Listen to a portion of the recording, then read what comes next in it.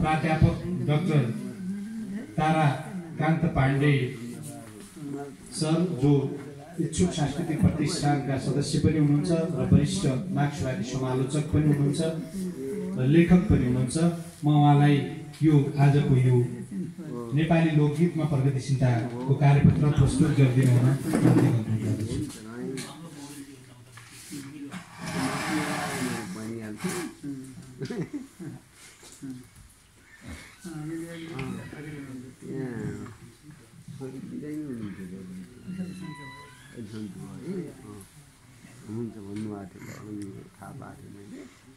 नेपाली लोकगीतमा प्रगतिशीलता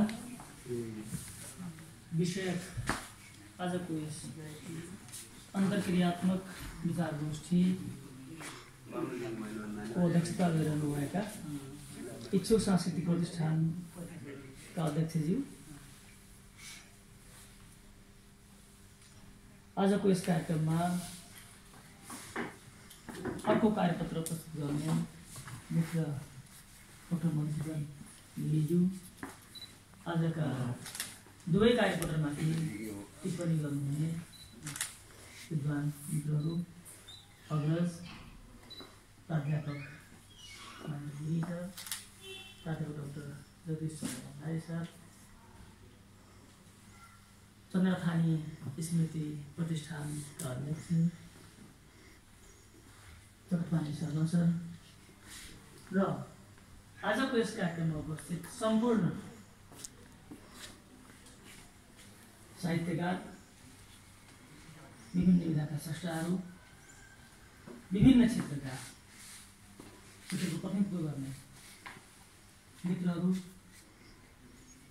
सबैलाई म हार्दिक आभार अभिवादन प्रकट गर्दछु। आजको यस कार्यक्रमको औचित्यका बारेमा, यसको आवश्यकताका बारेमा अघि स्वागत मन्तव्य प्रस्तुत गर्ने सन्दर्भमा प्रतिष्ठानका सदस्य महत्त्वपूर्ण कुराहरू राखिसक्नुभएको छ। लोकगीतको अध्ययन किन आवश्यक छ र लोकगीतमा र सिङ्गो लोक साहित्यमै भन्दा पनि हुन्छ प्रगतिशीलताका तत्त्वहरू के छन्, के हुन्छन्, तिनलाई कसरी बुझ्ने, कसरी पहिचान गर्ने, आजका समय सन्दर्भमा तिनको आवश्यकता, तिनको उपयोगिता के छ भन्ने कोणबाट अलिक गम्भीर खालको विमर्श, बहस, मन्थन गर्ने उद्देश्यले दुवै प्रतिष्ठानहरू, इच्छुक सांस्कृतिक प्रतिष्ठान र हतबहादुर शाही स्मृति फाउन्डेसनले संयुक्त रूपमा यो कार्यक्रमको आयोजना गरेका हुन्। अघिल्लो कार्यपत्रमा हामीले खास गरी कर्णाली प्रदेशमा प्रचलित लोकगीतका नमुनाहरू हामी गिरी सरबाट सुन्यौँ। सरले धेरै नमुनाहरू, धेरै प्रसङ्गमा गाइने गरेका, प्रचलनमा रहेका लोकगीतका टुक्राहरू सुनाउनुभयो। ती निकै रमाइला पनि थिए। हामी एक त अब यहाँदेखि पूर्वका साथीहरू केही छौँ जसका लागि उसको भाका पनि अलिक आकर्षक, नौलो खालको नै लाग्यो। र त्योभन्दा पनि लोकजीवन कसरी लोकगीतमा अभिव्यक्त भइरहेको छ र ती लोकगीतमा प्रगतिशीलताका तत्त्वहरू के छन् भन्ने बारेमा सङ्केत चाहिँ हामीले पायौँ। यद्यपि उहाँले विश्लेषण गर्न ल्याउनु भएन, सङ्केतहरू हामीले पायौँ। अब त्यसैले हामीले खोतल्न खोजिरहेको हो, त्यसलाई अझ गहिराइमा गएर त्यसलाई उद्घाटन गर्ने, त्यसलाई बाहिर ल्याउने उद्देश्य हाम्रो हो। म धेरै त्यस्ता लोकगीतका नमुनाहरू मेरो कार्यपत्रमा यहाँ राख्न सकेको छैन र म मुख्य रूपले लोकगीतको अध्येता पनि होइन। मेरो क्षेत्र अलिक समालोचना हो, सौन्दर्य चिन्तनतिर म ज्यादा सक्रिय छु। लोकगीतमै मैले त्यस्तो विशेषज्ञता प्राप्त गरेको छैन र लोकगीतको सङ्कलन स्वयं मैले आफै पनि गरेको छैन। केही नमुनाहरू यहाँ छन् र ती नमुनाहरू पनि पूर्ववर्ती अध्येताहरूबाटै लिएको छु मैले र उहाँहरूप्रति म अनुग्रहित पनि छु र ती केही नमुनाका आधारमा मैले मेरा कुराहरू यहाँ राख्ने र पुष्टि गर्ने प्रयास गरेको छु। अब मेरो कार्यपत्रमा प्रवेश गर्दाखेरि सबभन्दा पहिला त मैले लोकगीत के हो भन्ने बारेमा अलिकता यहाँ व्याख्या गर्न खोजेको छु। धेरै लामो समयसम्म भन्न सक्दिनँ, समय पनि छैन। तर अहिले गिरी सरले भनिरहँदाखेरि थोरै बेग्लै ढङ्गले यसका बारेमा सोच्नुपर्ने, लोकगीत के हो भन्ने बारेमा पनि सोच्नुपर्ने स्थिति सिर्जना भएको हो कि भन्ने लाग्यो। किनभने गिरी सरले अघि लोकगीतका स्रष्टा व्यक्ति विशेष पनि हुन्छन् र उनीहरूको प्रतिलिपि अधिकार पनि हुन्छ, तिनको अधिकार खोजिएको छ र त्यसलाई स्थापित गर्नुपर्छ भन्ने तर्क राख्नु भएको छ, राखेर जानुभएको छ। त्यो एउटा तर्क हो, एउटा कोणबाट गरिएको त्यो तर्क हो, त्यसमा निकै त्यो गम्भीर तर्क पनि हो। तर त्यसो भनिरहँदा, त्यो तर्क गरिरहँदा लोकगीतको जुन मूल आशय हो, मूल पहिचान हो, लोक र व्यक्ति सम्बन्ध त नजिकको छ तर भिन्नता पनि छ। एउटा व्यक्ति विशेषले सिर्जना गर्ने उसको रचना हो, त्यो व्यक्ति विशेषको मात्रै हो भने त्यो लोकको सम्पत्ति हुन्छ कि हुँदैन, लोक जीवनमा त्यो प्रचलित नभइकन फेरि लोक साहित्य वा लोकगीत हुन्छ कि हुँदैन भन्ने तर्क पनि प्रश्न पनि आउला।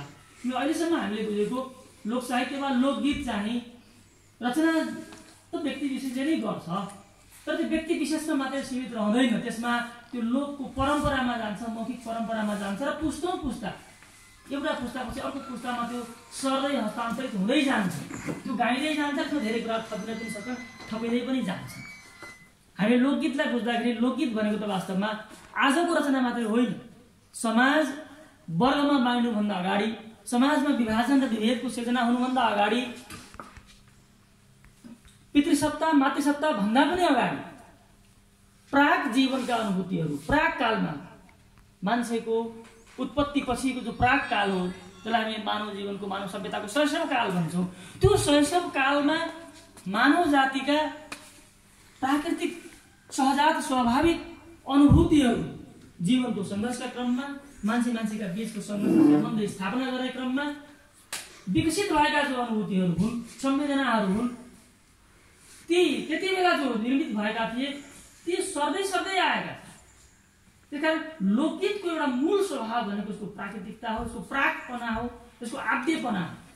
त्यो आद्यपना, त्यो आदिमता छैन भने लोकगीत त्यो कति होला, त्यो पनि विचार गर्ने प्रश्न जस्तो मलाई लाग्छ। त्यो लोकगीत के हो भन्ने बारेमा पनि कृषकको यो तर्कपछि अलिकता सोच्नुपर्ने, अझ थप विमर्श गर्नुपर्ने स्थिति सिर्जना भएको म ठान्दछु। तथापि लोकगीतको मूलभूत पहिचान, यसको जो प्राकृतिकता हो, यो जो प्राकपना हो, यो आद्यपना हो, वर्ग विभाजनभन्दा अगाडिको मानव जातिको शैशव कालको, मानव सभ्यताको शैशव कालको जो संवेग हो, त्यो जो सर्दै आएको छ अहिलेसम्म, त्यो पक्ष नरहँदा त्यसलाई पुरै हटाइदिँदा र आज मात्रै लेखिएको रचनालाई जसले जो अतीतसँग जो गाँसिँदैन, जो प्राकृतिकतासँग, जो आद्य स्वभावसँग गाँसिँदैन, त्यो कति लोकगीत रहन्छ भन्ने कुरा पनि विचार्ने होला भन्ने म ठान्दछु। तर यसो भनिरहँदा लोकगीत केवल आदिम रचना मात्रै होइन, मानव सभ्यताको विकास त धेरै लामो समय, हजारौँ वर्षले पार गरिदिएको छ र आजसम्मका विकासमा क्रमशः मातृसत्ताको विस्थापन हुँदै पितृसत्ताको स्थापना र पितृसत्ता सँगसँगै भएको वर्ग विभेदको स्थापना वा वर्ग विभाजित समाजको स्थापनाले दास युग हुँदै सामन्त युग र पुँजीवादी युगसँगै समाजवादसम्मको विकास पनि मानव सभ्यताका इतिहासमा भइसकेको छ। त्यसो भएको हुँदाखेरि यो प्राकृतिक निर्मिति अथवा भनौँ यो यसमा आद्य स्वभाव यसमा हुनुपर्छ भन्ने कुरा गर्दा गर्दै पनि युग युगका जो संवेदनाहरू छन्, भिन्न भिन्न सामाजिक चरणका, भिन्न भिन्न कालखण्डका विकासका कालखण्ड जो छन्, ती समयका जो जीवन छन्, ती जीवनबाट अनुभूत गरिएका जो कुरा छन्, ती सबै लोकगीतमा क्रमशः आफ्ना समयमा थपिँदै जान्छन् र थपिँदै जाने क्रममा लोकगीत विकसित पनि हुँदै जान्छ भन्ने म ठान्दछु। त्यसो भएको हुनाले यसमा केवल त्यो आद्य सन्दर्भ मात्रै छैन, यसमा केवल प्रेमको कुरा मात्रै छैन, यसमा केवल प्रणयको कुरा मात्रै पनि हुँदैन, यसमा सङ्घर्षको कुरा पनि उत्तिकै हुन्छ। मानिसका बीचमा प्रेमको सम्बन्ध पनि छ, प्रणयको सम्बन्ध पनि छ, मानिसका बीचमा समाजमा घृणा पनि छ, सङ्घर्ष पनि छ। जबसम्म मानिस एकअर्काको सहयोगी भइरहन्छ, एउटा समुदाय अर्काको सहयोगी भइरहन्छ, तब त्यहाँ प्रेमको स्थिति हुन्छ, सद्भावको स्थिति हुन्छ। र जब मान्छे बेइमान बन्दै जान्छ, जब मान्छे स्वार्थी बन्दै जान्छ, स्वार्थ, बेइमानी, लोभ आदिका पृष्ठभूमिका मान्छेले मानव द्वेषी व्यवहार गर्न थाल्छ, अमानवीय व्यवहार गर्न थाल्छ, त्यति बेला मानिसका बीचमा कटुता, शत्रुता र सङ्घर्षको स्थिति सिर्जना हुनु स्वाभाविक। र ती स्थितिहरूले निर्माण गर्ने अनुभूति पनि लोक साहित्यमा, लोकगीतमा आउँछन्। त्यसैले अब लोक साहित्यमा वा लोकगीतमा केवल प्रेमका, प्रणयका सन्दर्भ मात्रै हुँदैन।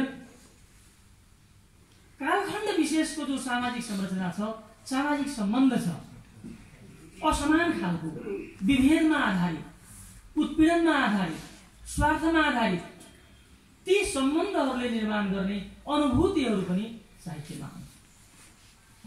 त्यस्ता अनुभूतिहरू दास युगमा एक खालका थिए होला, सामन्तवादी युगमा आएर अर्का खालका भए, पुँजीवादी युगमा अर्को खालको भयो।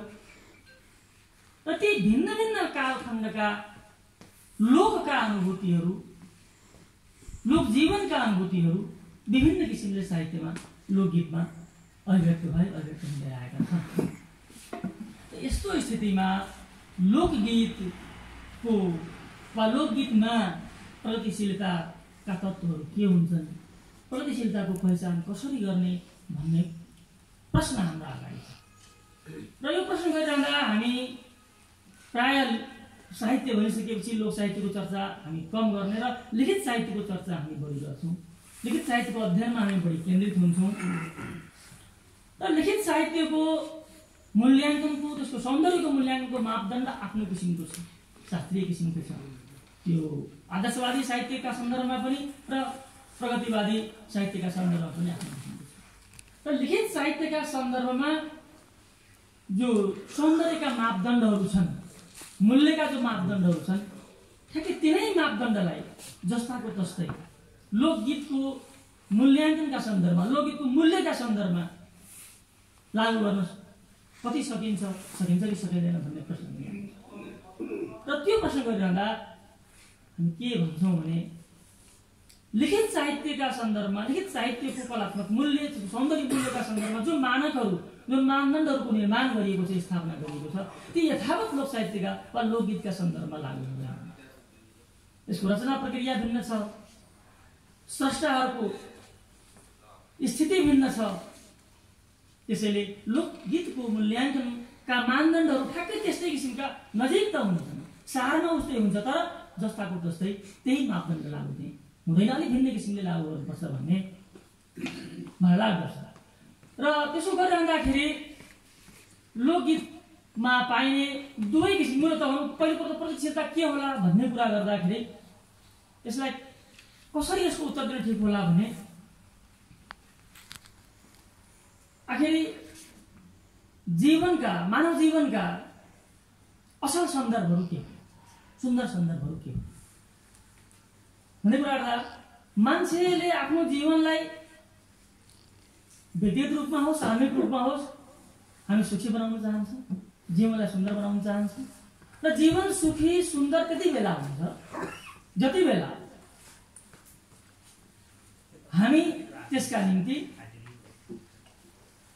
सामूहिक प्रयास गर्छौँ, सामूहिक अनुष्ठान गर्छौँ, सङ्घर्ष गर्छौँ। सङ्घर्ष नगरिकन, सामूहिक रूपले सङ्घर्ष नगरिकन, श्रम प्रक्रियामा सहभागी नभइकन, दुःख नगरिकन, श्रम नगरिकन जीवन सुन्दर हुँदैन। जीवनलाई सुन्दर बनाउनका लागि, भविष्यलाई, मानव भविष्यलाई सुन्दर बनाउनका लागि सङ्घर्षको प्रक्रियामा सहभागी हुनुपर्ने, श्रमको प्रक्रियामा सहभागी हुनुपर्ने अनिवार्यता हुन्छ। र त्यस क्रममा अघि गिरीश सरले सुनाउनु भएका जो गीतहरू छन् कर्णाली प्रदेशमा प्रचलित, ती सबैमा हामीले देख्यौँ जीवनमा व्याप्त जो विभेदका सन्दर्भहरू छन्, उत्पीडनका सन्दर्भहरू छन्, दुःखका सन्दर्भहरू छन्, ती प्रति मानिसहरूले कसरी असन्तुष्टि जनाएका छन् र सुन्दर जीवनको अपेक्षा कसरी गरिरहेका छन्, सुन्दर जीवनलाई असुन्दर बनाउने जो तत्त्वहरू छन्, जो उत्पीडक तत्त्वहरू छन्, विभेदका जो कारकहरू छन्, ती प्रति कसरी आलोचना र असन्तुष्टिको भाव व्यक्त गरिरहेका छन् मानिसहरूले वा लोकले कसरी गरिरहेको छ भन्ने कुरा हामीले एउटा गीतमा सुन्यौँ। त्यसैले तपाईँलाई समग्रमा र आधारभूत रूपमा भन्दाखेरि प्रगतिशीलताको सूचक चाहिँ के हो त भन्दा जुन तत्त्वले हामीलाई जीवन जिउन, जीवनलाई सुन्दर बनाउन प्रेरित गर्छ, जुन तत्त्वले जीवनमा अनुरागको सिर्जना गर्छ, जीवनप्रति हामीलाई निराश होइन, जीवनप्रति विद्वेष होइन, जीवनप्रति जिज्ञासाको भाव, जीवन बाँच्ने चाहना, जीवनलाई सुन्दर बनाउने चाहना प्रति जसले जुन तत्त्वले हामीलाई उत्प्रेरित गर्छ, लोकलाई उत्प्रेरित गर्छ, पाठकलाई उत्प्रेरित गर्छ, त्यो तत्त्व भनेकै प्रगतिशीलता हो भनेर। जीवन बाँच्नु र त्यो पनि कसरी त भन्दा सम्मानपूर्ण ढङ्गले, सुन्दर ढङ्गले, सुखपूर्ण ढङ्गले जीवन बाँच्नु र व्यक्ति मात्रै होइन सिङ्गो समुदायलाई सुखी र सुन्दर बनाउनु, तिनका बीचमा प्रेम भावको स्थापना गर्नु, सद्भावको स्थापना गर्नु नै जीवनका सकारात्मक पक्षहरू हुन्। र यी पक्षहरूको सिर्जनाका निम्ति, विकासका निम्ति जुन तत्त्वले प्रेरित गर्छ, जुन तत्त्वले त्यसतिर मान्छेलाई डोर्याउँछ, त्यसका लागि सङ्घर्ष गर्न, सक्रिय हुन जुन तत्त्वले ऊर्जा प्रदान गर्छ, वास्तवमा त्यही तत्त्व भनेको प्रगतिशील तत्त्व, त्यही प्रगतिशीलता हो। तर यसो भनिरहँदा हुन्छ के भने हाम्रो समाज वर्ग विभाजित छ, समाज विभेदमा आधारित छ, विभेदपूर्ण सम्बन्धहरू समाजमा छन्।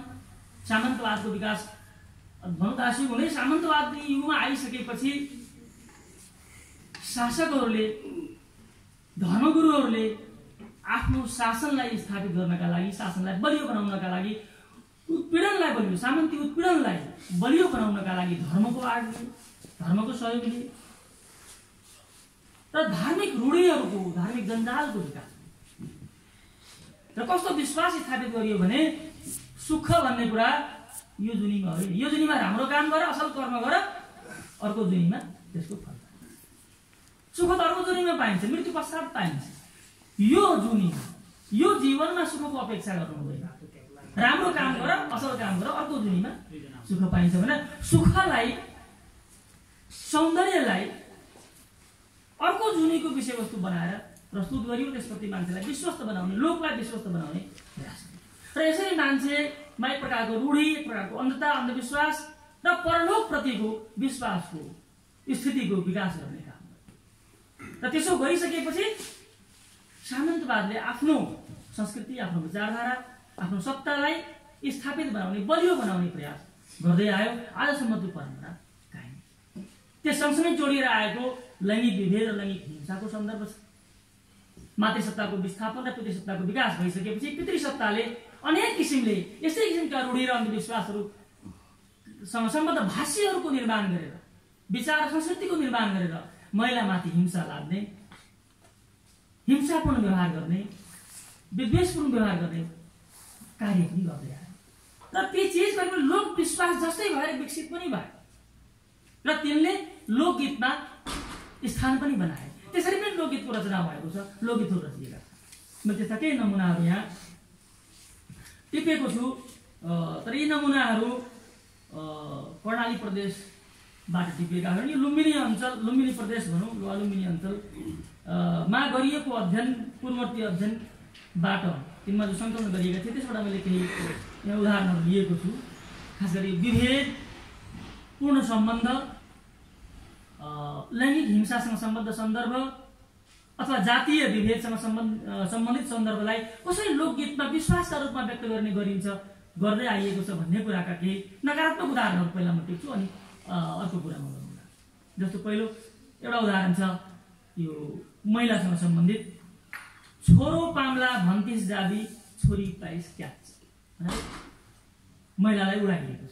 छोरोको कामना गरेकी, छोरो पाउँछु भनेकी महिलाले प्रसव प्रक्रियापछि छोरी पाए। छोरी पाएकोमा उसलाई छोरी जाबी भनिएको छ र क्याच भनेर उसलाई उडाइएको छ। यो खालको अब यो महिलाले नै महिलालाई सम्बोधन गरेर गाएको गीत।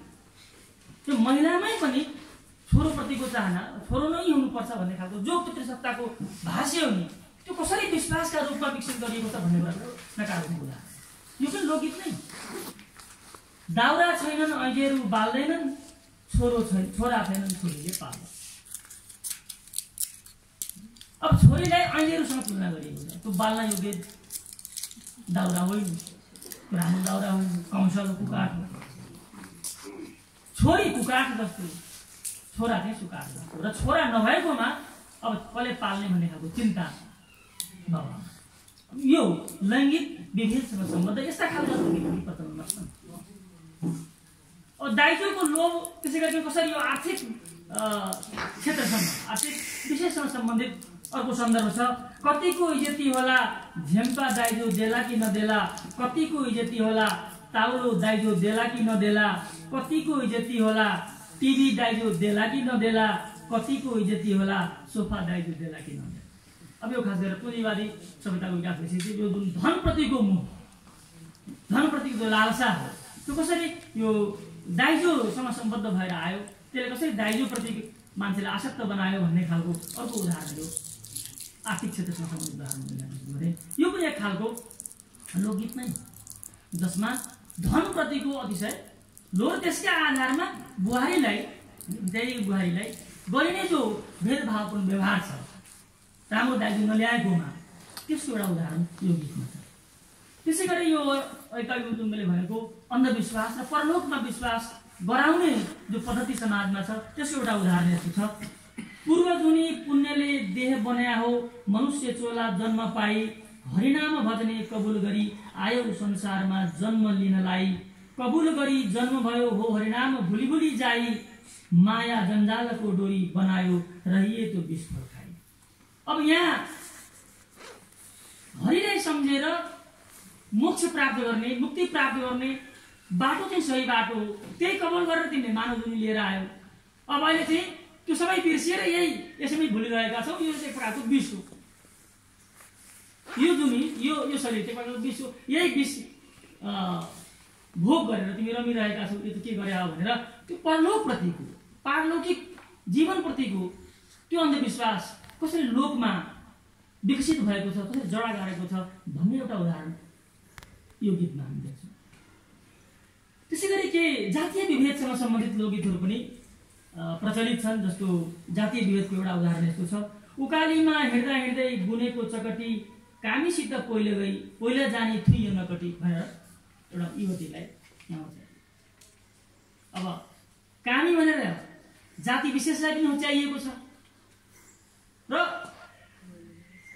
अब आफूलाई छुत भन्ने समुदायका उपल्लो जातिका भन्ने मानिस त्यो समुदायकी युवती कामीसँग गएकोमा, प्रेम विवाह गरेकोमा उसलाई गाली गरिएको छ, उडाइएको। त्यसै गरी अर्को यस्तै खालको एउटा उदाहरण छ। उँधोबाट दमिनी झरी किरे लौ मलाई छोइसक्यो।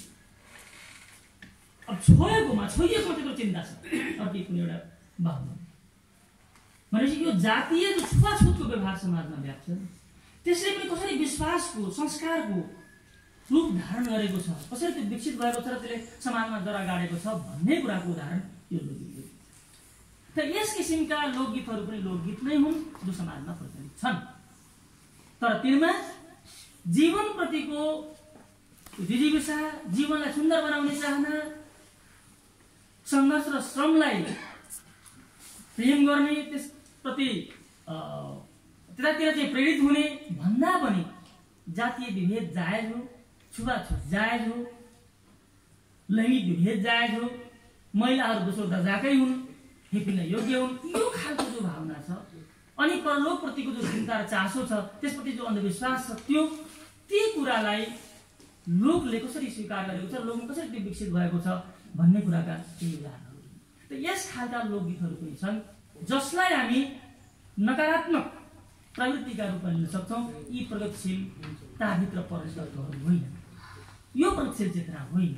त यस्ता खालका लोकगीतको निरन्तरताको, यस्ता खालका लोकगीतको संरक्षणको कुनै अर्थ पनि हुँदैन। हामीले फ्ल्याटले भन्छौँ लोकगीतको, लोक साहित्य संरक्षण हुनुपर्छ, संरक्षण भएन भन्ने चिन्ता ज्यादा गरिन्छ। तर त्यो नाउँमा यस खालका लोकगीतहरूको संरक्षणको कुनै अर्थ हुँदैन, किनकि यसले समाजलाई अगाडि बढाउँदैन। यो त पछाडि नै पश्चिममुखी चेतना हो, पश्चिममुखी प्रवृत्ति हो। जसरी रचना गरिएको भए पनि लोकमा प्रचलित यस खालका लोकगीतहरू वास्तवमा त्याज्य छन्। यी अनुकरणीय खालका होइनन्। यिनले जीवनलाई कुनै पनि अर्थमा अगाडि जानका लागि, जीवनलाई सुन्दर बनाउनका लागि उत्प्रेरित दिने गर्दैन। यो स्थिति छ। त्यो यस्ता खालका लोकगीतका बारेमा पनि वा लोकगीतमा पाइने यी कुराहरूका बारेमा पनि हामी स्पष्ट हुनुपर्छ। खास गरी लोकगीतको अध्ययनमा संलग्न अध्येताहरू, अनुसन्धानकर्ताहरू र हामी आम पाठकहरूले पनि यसप्रति सचेत भएरै लोकगीतको पठन, लोकगीतको अध्ययन गर्ने प्रक्रियामा संलग्न हुनुपर्छ भन्ने मलाई लाग्दछ। अब त्यसपछि आउँछ अघि पैनी सरले सुरुमै सङ्केत गर्नुभएको कुरा कि आज लोकगीतले जताततै एउटा माहौल बनाएको, स्थान बनाएको, सिनेमामा, टिभीमा, रेडियोमा, विभिन्न माध्यममा लोकगीतले जो हल्ला पिटिरहेको छ त्यसप्रति हाम्रो दृष्टिकोण के हुने हो, त्यसलाई हामीले कसरी हेर्ने हो भन्ने कुराका बारेमा मैले प्रश्न उठाएर जानुभएको छ। अघि मलाई के लाग्छ भने यसलाई हेर्ने तरिका के होला त भन्दाखेरि लोकगीतको मात्रै होइन, साहित्य समग्र गरी लोकप्रियकरण गर्ने, पपुलर कल्चरको निर्माण गर्ने एउटा पद्धति छ, एउटा विधा नै हो पपुलर कल्चर, लोकप्रिय साहित्य। जसले के गर्छ भने साहित्यलाई आम मान्छेका रुचि युक्त बनाइदिन्छ। आम मान्छेले त्यसलाई सकेसम्म बढीभन्दा बढी उपभोग गरोस्, ग्रहण गरोस् भन्ने आशय राखेर, त्यो आग्रह राखेर त्यसका केही तत्त्वहरू छन्, त्यसका केही उपकरणहरू छन्, टुल्सहरू छन्, केही यस्ता टुल्सहरूको उपकरणको प्रयोग गरेर साहित्यको लोकप्रियकरण, पपुलराइज त्यसलाई बनाउने काम चाहिँ गरिन्छ। र त्यस सन्दर्भमा लोकगीत चाहिँ सबभन्दा उपयुक्त खालको विधाका रूपमा रहेको छ। किन रहेको छ भने लोकगीत यसै पनि लोकमा प्रचलित गीत, लोकले गाउने, जनजनले गाउने, जिब्रो जिब्रोले गाउने विधा हो। त्यसो भए लोकगीतलाई पपुलर बनाइदिने हो, यसको लोकप्रियकरण गर्ने हो भने त्यसको फाइदा के हुन्छ त भन्दाखेरि बढीभन्दा बढी त्यसलाई बेच्न सक्छ। किन अहिले जुन लोकगीतले बजार लिइरहेको छ, जहाँ त्यसले एउटा माहौल बनाइरहेको छ भन्ने जो कुरा हो, त्यसका पछाडिको अन्तर्य के हो त भन्दा त्यसलाई त्यसको लोकप्रियकरण गर्न सचेत ढङ्गले लोकप्रियकरण गरिएको छ, गरिँदैछ। र त्यसो गरेर बढीभन्दा बढी त्यसलाई बेचेर सम्पत्ति आर्जन गर्ने, धन आर्जन गर्ने, त्यो एउटा उद्योगका रूपमा विकसित भएको छ। कल्चरल इन्डस्ट्रिज भन्ने एउटा अवधारणा छ, सिद्धान्त नै छ, सांस्कृतिक उद्योग। जस्तो हामी हिजो पनि घुम्न गयौँ, एक ठाउँमा 10 रुपियाँको टिकट काट्यौँ, अर्को ठाउँमा अर्को टिकट काट्यौँ। संस्कृति त वास्तवमा हाम्रा भावनासँग, जीवन मूल्यसँग सम्बन्धित कुरा हो। तपाईँले यो खास पुँजीवादी र उपभोक्तावादी समाजको विकास भइसकेपछि संस्कृतिलाई हामीले समाजले के गरेको छ भन्दाखेरि त्यसलाई पनि बिक्रीको वस्तु, बिक्रीको माल बनाइदिएको छ। संस्कृतिलाई बेच्ने कुरा हो, बेचेर मुनाफा आर्जन गर्ने कुरा हो, सांस्कृतिक उद्योगको अवधारणा हो। र सांस्कृतिक उद्योगको अवधारणा अन्तर्गत लोकगीतलाई पनि लोकप्रियकरण गरेर त्यसमा बेच्ने जो मसालाहरू छन्, बढी सजिलोसँग र छिटोभन्दा छिटो बढीभन्दा बढी बिक्री योग्य बनाउनका लागि केही त्यसका मसालाहरू छन्, ती मसालाहरू त्यसमा भर्ने, निम्न वृत्तिहरूलाई जगाइदिने खालका मसाला त्यसमा भरेपछि त्यो बढीभन्दा बढी बिग्दो रहेछ र मुनाफा कमाउने त्यो एउटा प्रवृत्ति छ। त्यो प्रवृत्ति अन्तर्यमा छ र त्यसले यो लोकगीतको जो अहिले माहौलको कुरा हामी गरिरहेका छौँ, सबैले गर्नुभयो, त्यस कोणबाट त्यो भइरहेको छ। त्यसकारण हामीले जसले लोक साहित्यमा, लोकगीतमा प्रगतिशीलताको कुरा गरिरहेका छौँ, त्यस कोणबाट अध्ययन गर्ने कुरा गरिरहेका छौँ, उनीहरूले चाहिँ यो पक्ष विरोध, यसको खण्डन, यसको आलोचना, यसको भर्त्सना, यसको भण्डाफोरै गर्छ। संस्कृतिलाई बिक्रीको माल बनाएर उपभोक्तावादी कोणबाट बढीभन्दा बढी सामग्री बेचेर मुनाफा आर्जन गर्ने जो प्रवृत्ति बढेको छ त्यसले लोकगीतको लोकप्रियकरण एक हिसाबले गरिरहेको छ, वास्तवमा चाहिँ विकृतिकरण। लोकगीतको विकृत रूप त्यो वास्तविक लोकगीत त हुँदैन। यो एउटा पाटो छ। अर्को पाटो भनेको लोकगीतको क्रान्तिकारीकरण गर्ने, लोकगीतलाई क्रान्तिकारी ढङ्गले रूपान्तरित गर्ने, त्यो अर्को पाटो। त्यो फेरि आजको कुरा होइन, 7 सालदेखि नै यो परम्परा पनि रहेको छ। भीमदत्त पन्तको जो किसान विद्रोह हो 7 सालको करिबको, जसमा भीमदत्त पन्तलाई शहीद पनि बनाइयो गोली हानेर, त्यस बेला त्यसै गरी लोकमा केही गीतहरूको विकास भएको छ जसलाई हामी लोकगीतको क्रान्तिकारीकरणको एउटा नमुना, प्रारम्भिक नमुनाका रूपमा मिल्न सक्छौँ। त्यो गीत यस्तो छ: अगाडि सवार भयो पछाडि माल आयो, ऐला साल ब्रह्मदेवमा खालको काल आयो। ब्रह्मदेव मण्डी महेन्द्रको माथिपट्टि कञ्चनपुरको महाकालीको बारीपट्टिको नेपाली भाग हो।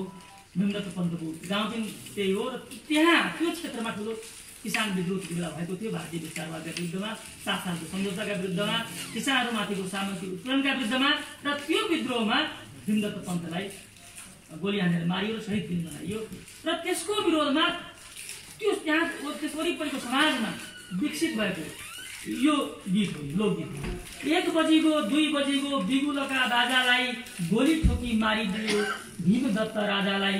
बम्बई जाने रेलगाडीमा दिल्लीको माल आयो, गरिबका दिन आया थालुको काल आयो, गरिबका दिन आया थालुको काल आयो। कि त जोत हलो कि त छोड थलो, यदि होइन भने अब छैन तिम्रो घर।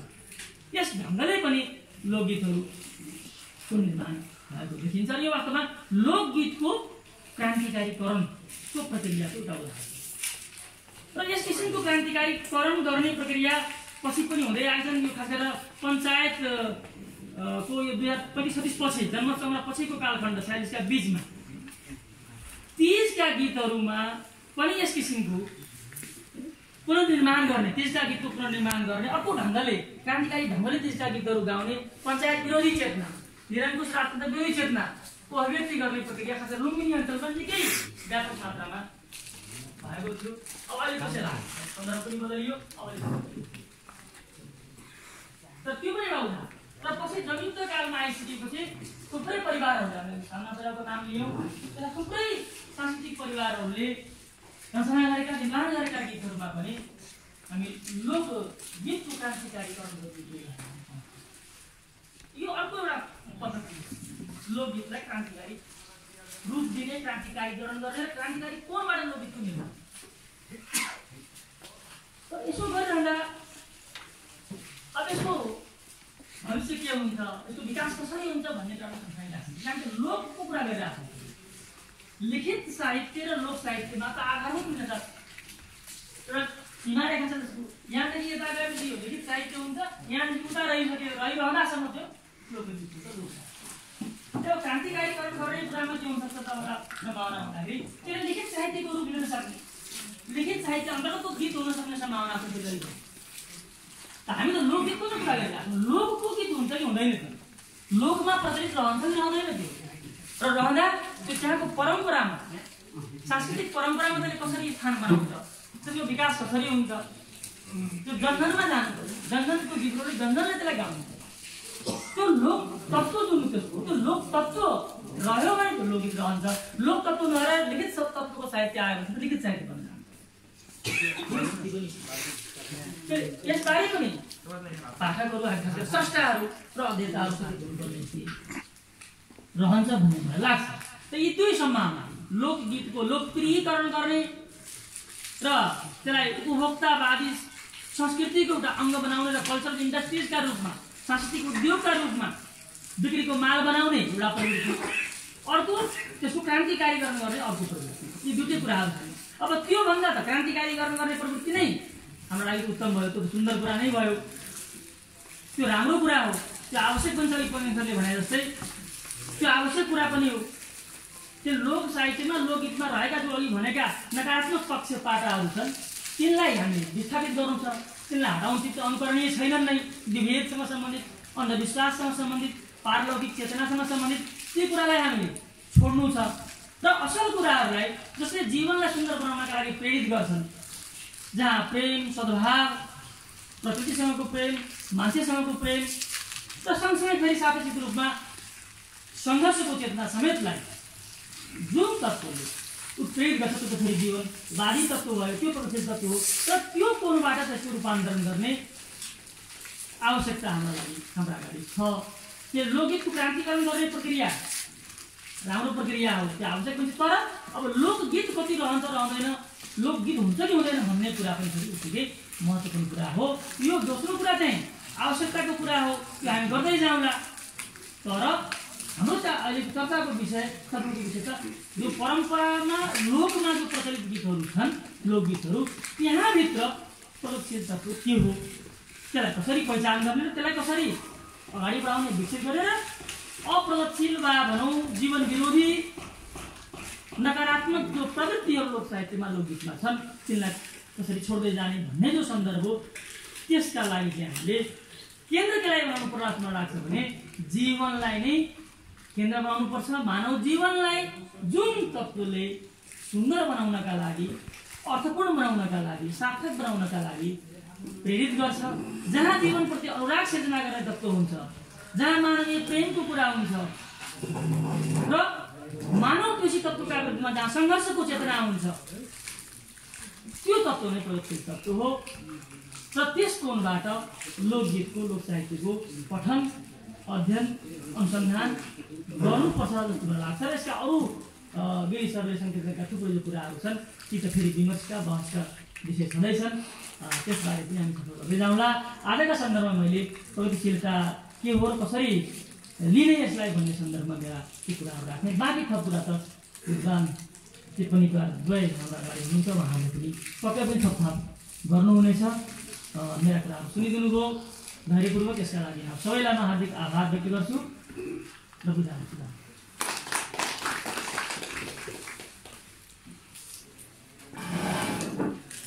धन्यवाद ताराकान्त पाण्डे सरलाई आफ्नो कार्यपत्र प्रस्तुत गरेर जानुभएको छ।